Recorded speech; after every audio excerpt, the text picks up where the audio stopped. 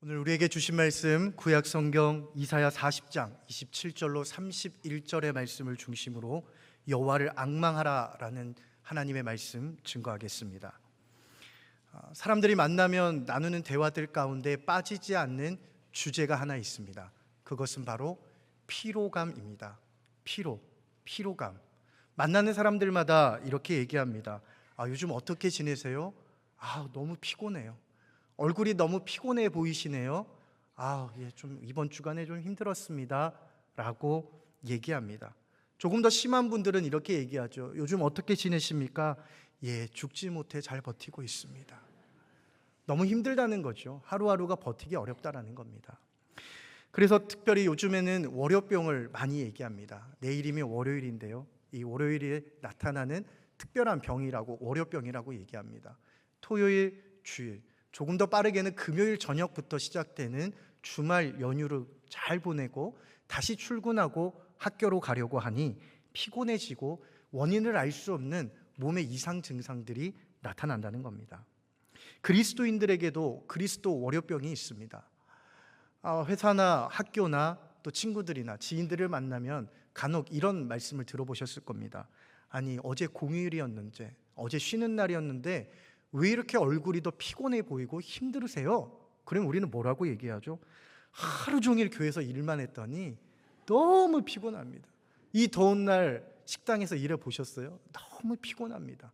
라고 웃으면서 얘기할 때가 있습니다. 모두에게는 다 힘이 필요합니다. 피곤하고 지치고 힘들다 보니 피곤하죠. 힘이 필요합니다. 그런데 이 힘은 우리의 육체적인 힘뿐만 아니라 우리의 영적으로도 필요합니다. 육체적인 힘과 더불어 세상을 이기며 믿음으로 살아갈 수 있는 영적인 힘 또한 우리에게 필요하죠. 다시 말해 이 땅을 살아가는 모든 사람들에게는 어떠한 모습이든 어떠한 모양이든 간에 힘이 필요하다는 겁니다. 그런데 참 아이러니컬하게도 우리 사람들은요, 완전한 힘을 만들어낼 수가 없습니다. 아무리 쉬어도 우리의 피곤이 가시지 않습니다. 아무리 내가 노력하고 애써도 내 마음 가운데 힘들고 지쳐 있는 것을 채워넣기란 쉽지가 않습니다. 우리가 무언가 하면 할수록 더 안 되는 것 같고 피곤해지는 것을 느끼죠. 마치 구약 성경에 기록되어 있는 예레미야 2장의 말씀과 같이 물을 가두려고 해도 가둘 수 없는 터진 웅덩이와 같이 우리는 계속해서 헛물을 캐고 있는 것을 볼 때가 있습니다. 그래서 우리는 영원한 힘이 되시는 하나님이 없이는 살아갈 수 없다라는 겁니다. 하나님이 없이는 살아갈 수 없는 우리, 하나님의 도우심이 없이는 살아갈 수 없는 우리는 하나님의 인도하심과 하나님께서 날마다 채워주시는 하늘로부터 내려오는 힘이 필요합니다. 그런데 여러분, 때로는 그 하나님께서 우리에게 힘 주시겠다라고 말씀하신 그 하나님께서 아무것도 안 하고 계신 것 같이 느껴질 때가 있습니다. 내가 기도하는 것마다 하나님께서는 침묵하시는 것 같고, 내가 하려고 하는 일마다 하나님께서는 전혀 다른 길을 주시고, 내가 원하지 않았던 길을 하나님께서는 나로 하여금 걷게 하실 때에 우리는 하나님의 부재를 경험하게 되고, 그 시간들이 길어지면 길어질수록 우리의 육체적으로 영적으로 피곤함은 더욱더 쌓여가는 것을 보게 됩니다. 이것은 오늘 2024년을 살아가는 우리들 뿐만이 아니라 오늘 성경에 기록되어 있는 남유다 백성들도 마찬가지였던 것 같습니다. 우리가 함께 읽은 하나님의 말씀 이사야 40장의 말씀은 여러분들이 잘 아시는 것처럼 40장부터 66장까지 모두는 하나님께서 주시는 회복의 말씀이요, 소망의 말씀이요, 위로의 말씀입니다. 오늘 우리가 읽은 이사야 40장 맨 앞에 있는 표제에도 나와 있습니다. 희망의 말씀이라고 나와 있습니다. 하나님께서는 망가져가고 엉망진창이 되어버린 남유다 사람들에게 희망과 소망의 메시지를 주셨는데 여전히 그들은 하나님의 희망과 소망을 품지 않고 있는 것을 보게 됩니다. 27절 말씀해 보니 이런 기록이 있습니다. 야곱아 어찌하여 내가 말하며 이스라엘아 내가 이르기를 내 길은 여호와께 숨겨졌으며 내 송사는 내 하나님께로부터 벗어났다 하느냐라고 말하죠. 하나님께서 남유다 백성들에게 따지듯이 말씀하는 겁니다. 어떻게 너희들이 나한테 이렇게 얘기할 수 있냐? 너희들이 나한테 이렇게 얘기해도 괜찮은 거니? 하나님께서 말씀합니다. 그것은 무엇을 얘기하는 겁니까? 이스라엘 백성들은 지금 하나님이 아무것도 하시지 않고 있다라고 생각하고 있다라는 겁니다. 자신들이 원하는 모습으로 다가오시지 않는 하나님은 아무것도 하시지 않는 하나님이라는 거예요.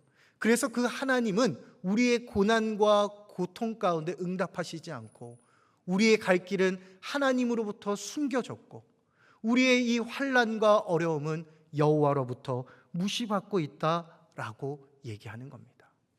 그런데 하나님께서는 이스라엘 백성을 단 한 번도 잊고 계신 적이 없다라는 것을 우리는 너무나도 잘 알고 있습니다. 오늘 27절 시작하는 말씀에 하나님은 남유다 이스라엘을 뭐라고 부르십니까? 야곱아, 이스라엘아 이라고 부르십니다. 야곱과 이스라엘은 나라와 민족을 상징하는 언어입니다. 그런데 지금 남유다는 어떻습니까? 이미 무너져버린 북이스라엘은 어떻습니까? 남과 북으로 나눠진 것도 모자라서 그들의 악행으로 인해 온 국토가 황폐화되어 버렸습니다.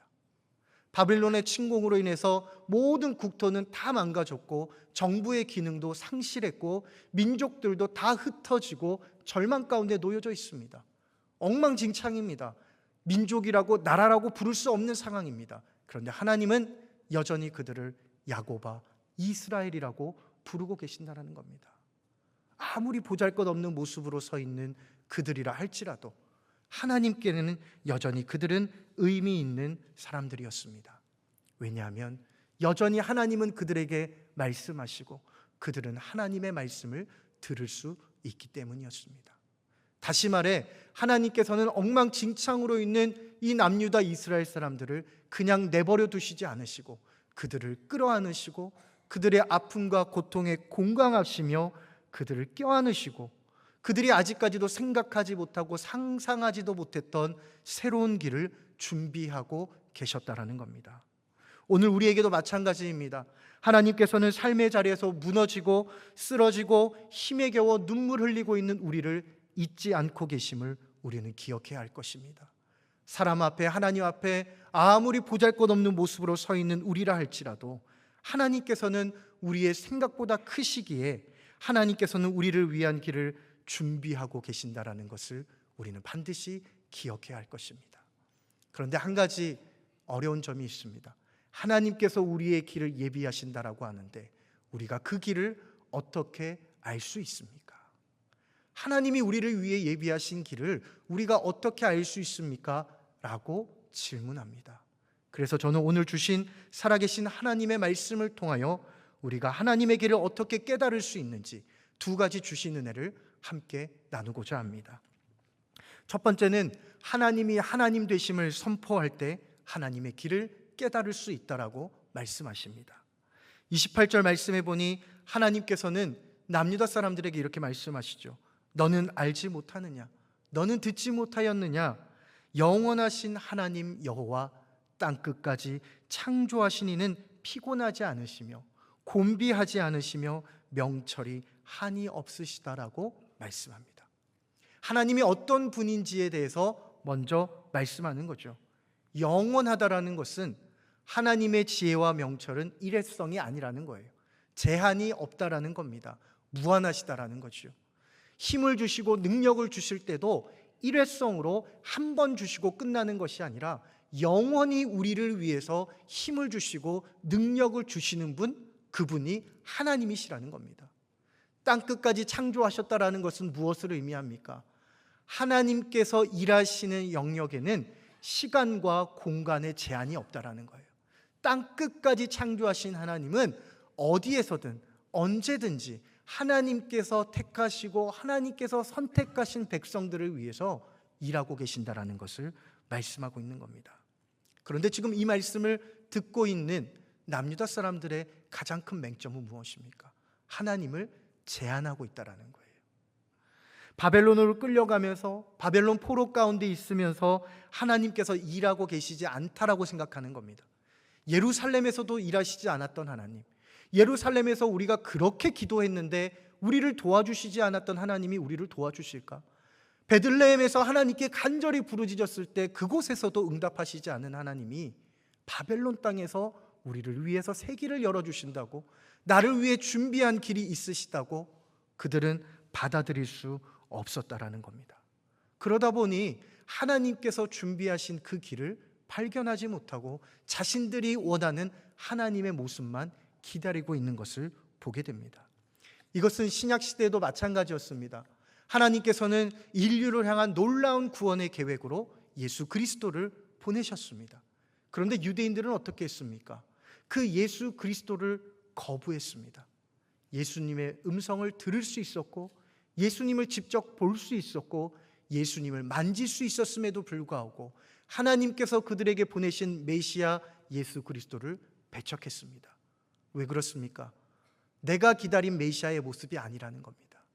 이 로마의 압제와 모든 것으로부터 해방시켜줄 다윗과 같은 놀라운 메시아를 기다렸는데, 연약하고 연약한 나사렛 출신의 그 메시아, 그 예수가 메시아라고 그들은 받아들일 수 없었다라는 겁니다. 예수님께서 십자가에 달려 죽으실 때까지, 아니 부활하셔서도 그들은 그 예수님을 배척한 것을 보게 됩니다. 하나님은 이해의 대상이 아닙니다.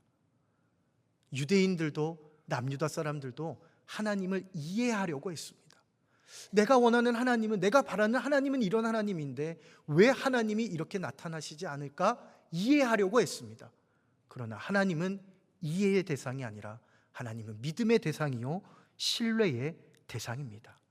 우리는 하나님께서 위대하신 분이라는 것 너무나도 잘 알고 있습니다. 우리는 하나님이 땅끝까지 창조하신 창조주 하나님이라는 것도 너무나도 잘 알고 있습니다. 우리만 잘 알고 있을까요?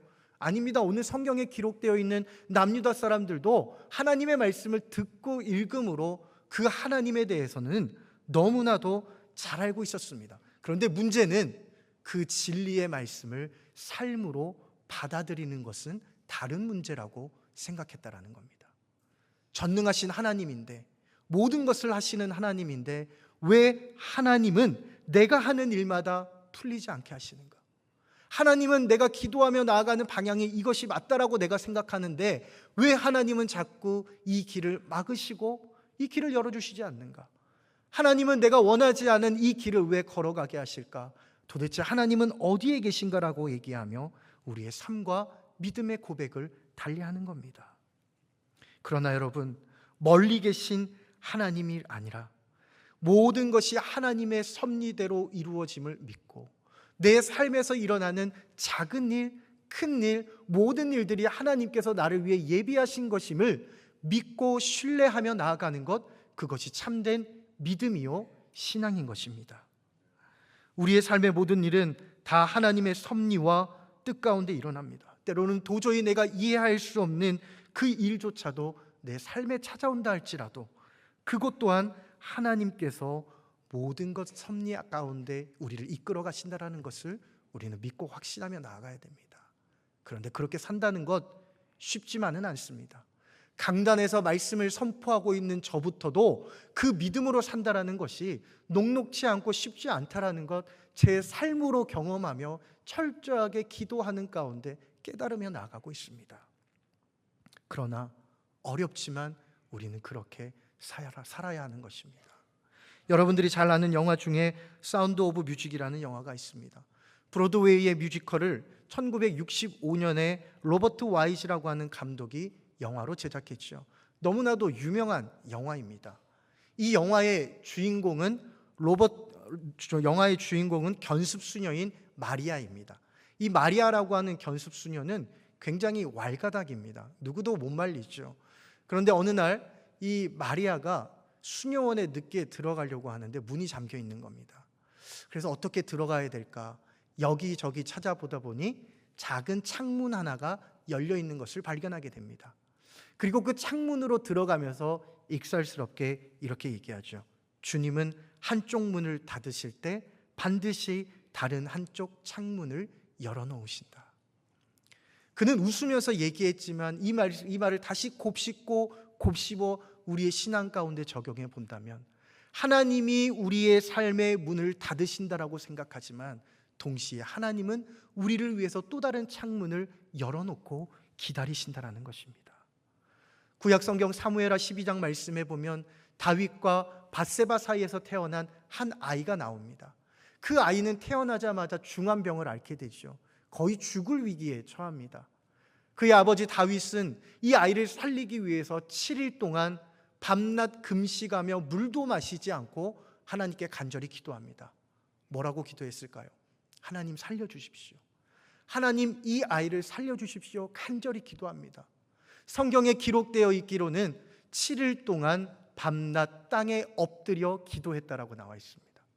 간절히 기도했습니다. 그런데 7일 이후에 그 아이가 숨을 거뒀습니다.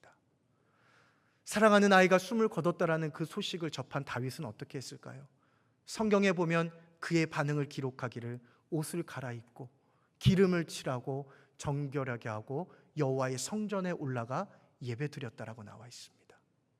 하나님께 따지고 싶지 않았겠습니까? 하나님 꼭 이 아이를 데려가야만 하셨겠습니까?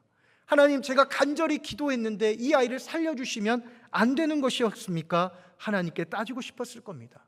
그런데 그는 아무 말도 하지 않고 그냥 모든 것을 정결하게 하고 하나님께 나아가 예배드렸습니다. 무엇을 뜻합니까?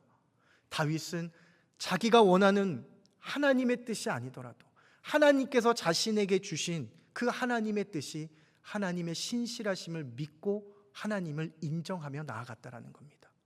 예배란 그런 것입니다.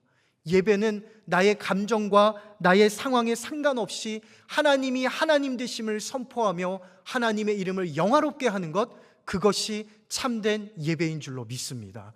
예배는 내가 위로받기 위해서 드리는 것이 아닙니다. 예배는 내 기분을 리프레시하고 내 기분을 전환하기 위해서 드리는 것이 아닙니다.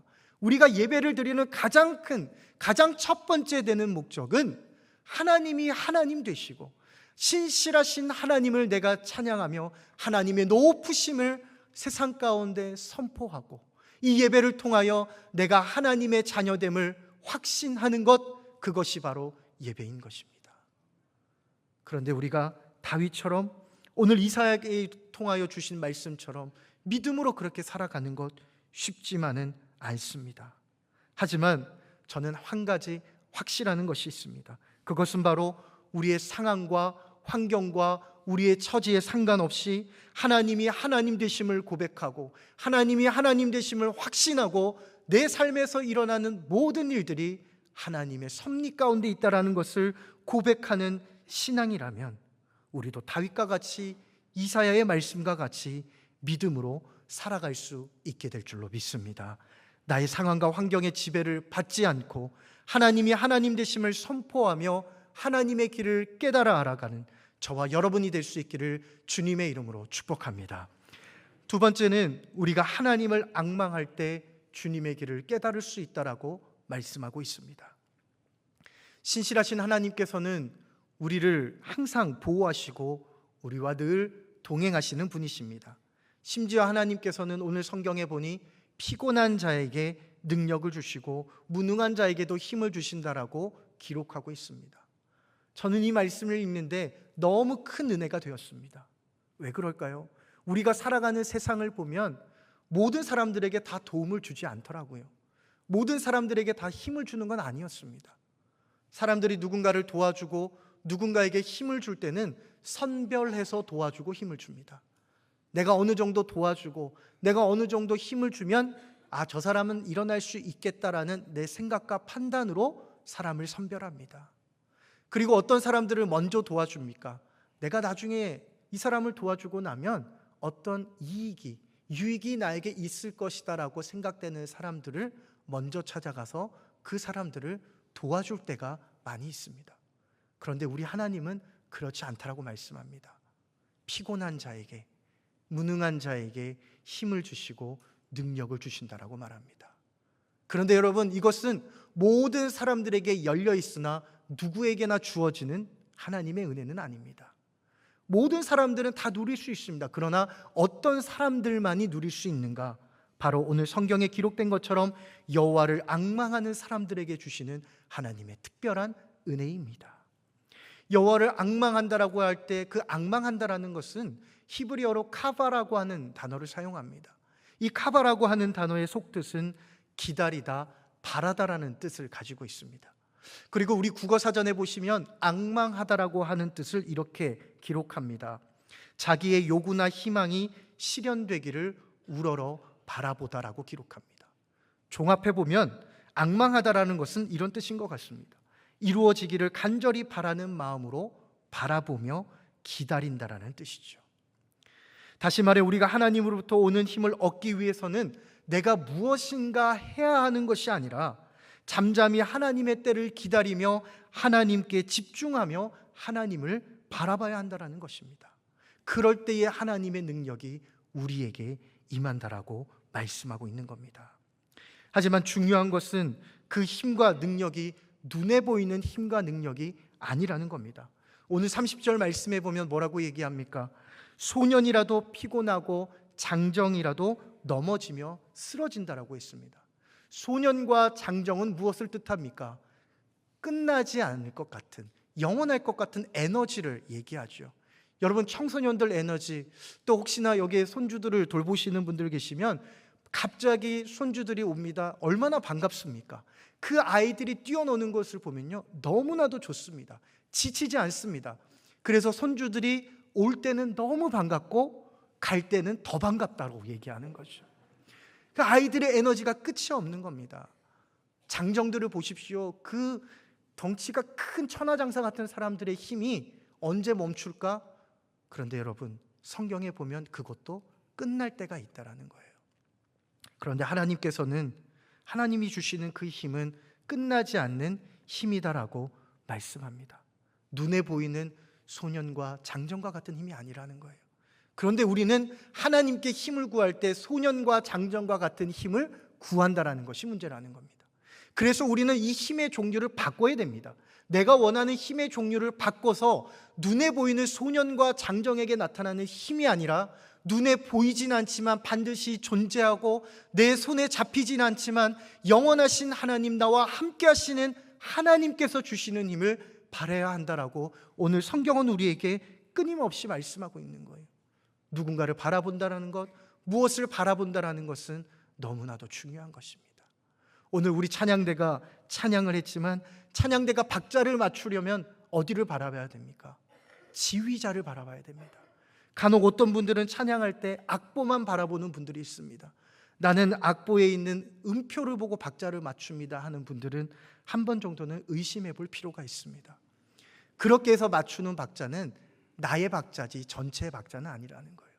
내 박자를 맞춰가는 거지 전체를 맞추기 위해서는 반드시 지휘자를 바라봐야 하는 겁니다. 마찬가지입니다. 우리가 다른 것을 바라보는 것이 아니라 하나님을 바라볼 때 하나님으로부터 세상을 이길 힘을 얻는다라고 성경은 말씀하는 겁니다. 그런데 여러분, 그 힘이 어떤 힘이라고 성경은 기록합니까? 마치 독수리가 날개치며 하늘로 올라감 같은 힘이라고 말씀하시죠. 생각해 보셨습니까? 하나님은 왜 그 많은 동물들 가운데, 많은 비유들 가운데 독수리를 말씀하셨을까? 독수리의 특징을 알면 이해가 쉽습니다. 독수리가 하늘을 날 때 보시면 날개짓을 많이 하지 않습니다.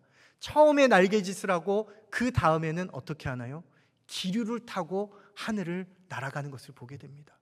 독수리들이 나는 것을 보면 큰 날개를 펴고 하늘을 향해서 활공하는 것을 보게 됩니다. 자신의 힘으로 나는 것이 아니라 기류를 타고 기류의 힘으로 올라가는 거죠. 마찬가지입니다. 하나님께서 주시는 힘은 내 힘으로 아등바등해서 올라가는 힘이 아니라 하나님으로 하여금 우리가 올라가게 하는 힘, 내 힘이 아니라 나를 올려주시는 하나님의 힘으로 나아간다라고 성경은 말씀하고 있는 겁니다. 그러면 여러분, 하나님이 주시는 그 힘은 무엇입니까? 그것은 바로 임마누엘의 하나님, 하나님이 우리와 함께 하신다라는 확신의 믿음입니다. 남유다 백성들과 오늘 우리의 공통점은 무엇입니까? 어려운 상황에서 하나님이 보이지 않는다라는 겁니다. 고통 가운데 하나님의 손길이 느껴지지 않는다라는 거예요. 그러다 보니 하나님이 아무것도 하시지 않는다라고 느껴지는 겁니다. 그러나 분명한 것은 지금까지 나와 함께 하신 하나님이 오늘 이 예배 가운데도 우리와 함께 하시고 이 예배가 끝난 이후에도 우리와 영원토록 함께 계시고 우리를 늘 보호하시는 그 하나님, 그 하나님께서 바로 우리에게 힘이요 능력인 줄로 믿습니다. 그것이 바로 하나님이 우리에게 주시는 힘인 것입니다. 나의 상황과 환경은 바뀌지 않더라도 나와 함께 하시는 하나님이 있기에 독수리가 기류를 타고 하늘로 올라감 같은 하나님의 힘으로 높이 올라가게 되는 것입니다. 사랑하는 성도 여러분, 하나님을 바라보십시오. 고통과 힘듦과 어려움 가운데 낙심하고 낭망할 때 내가 무엇인가 하려고 하기 이전에 먼저 하나님을 바라보십시오. 하나님을 집중하십시오. 그리고 하나님의 때에 하나님의 방법으로 주시는 하나님의 은혜의 때를 잠잠히 기다리십시오. 그러면 우리를 가장 잘 아시는 하나님께서 우리를 위하여 열어두신 또 다른 문을 보게 하실 것이고, 그 길을 발견한 우리는 담대함으로 두려움 없이 앞을 향하여 전진할 수 있게 될 것입니다. 이제 말씀을 정리하겠습니다. 우리의 삶의 다양한 난관 앞에서 하나님의 부재가 느껴지십니까? 나의 뜻과는 전혀 다른 일들이 진행되는 것을 보면서 하나님의 부재가 느껴지시고 하나님의 일하심에 대한 의구심이 드십니까? 그리고 그 시간들이 계속 길어지며 길어져서 피곤함과 지쳐있는 가운데 있습니까? 영원하신 하나님, 만물을 창조하시는 하나님, 그분을 신뢰하십시오. 그리고 주님의 때와 그분의 방법대로 이루어질 은혜의 날을 잠잠히 기다리십시오. 하나님이 하나님 되심을 선포하고 여호와를 앙망하는 자에게 하나님께서는 반드시 새 힘을 주실 것입니다. 이번 한 주간 그 신실하신 임마누엘의 하나님을 붙잡고 승리하며 살아가는 저와 여러분이 될 수 있기를 주님의 이름으로 축복합니다. 기도하겠습니다.